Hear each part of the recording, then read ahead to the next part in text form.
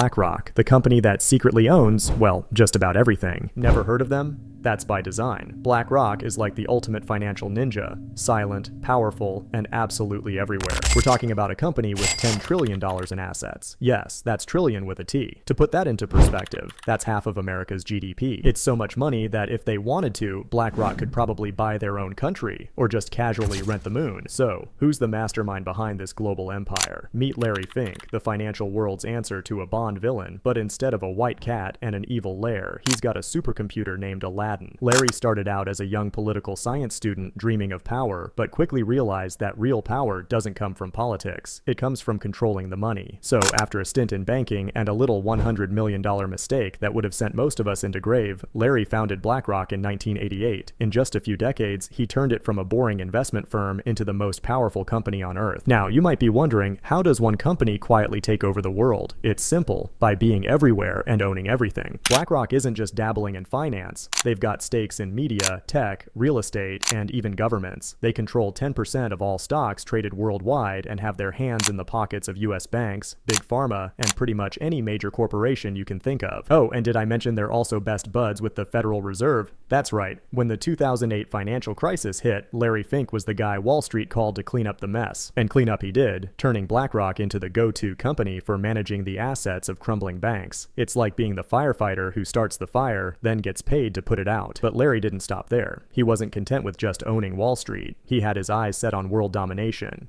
So, what's a financial overlord to do? Create something called an ETF, of course. ETFs, or exchange-traded funds, are like the Swiss Army knife of investments. They allow BlackRock to funnel money into every major industry, from oil to tech, with a click of a button. And because they offer stability and solid returns, everyone from big banks to small retirement funds wants in. Before you know it, BlackRock was the biggest player in the game, owning a piece of just about everything. Want to know who really owns Google, Facebook, Amazon, or Disney? Look no further than BlackRock. And speaking of ownership, let's talk about Aladdin, the supercomputer that's basically the brain behind BlackRock's empire. Aladdin manages $20 trillion worth of assets. That's more than the entire US GDP, folks. This isn't just some fancy Excel spreadsheet. This is Skynet for finance. Aladdin analyzes global markets, predicts outcomes, and probably knows more about your financial future than you do. And where does Aladdin get all its data? Well, that's the beauty, or horror, of it. BlackRock owns banks, insurance companies, and social media giants, so they've got access to all the personal data you could ever imagine. We're talking about a company that probably knows what you had for breakfast and whether you'll be able to afford lunch next year. But it's not just about the money. Oh no. BlackRock is also a master of media manipulation.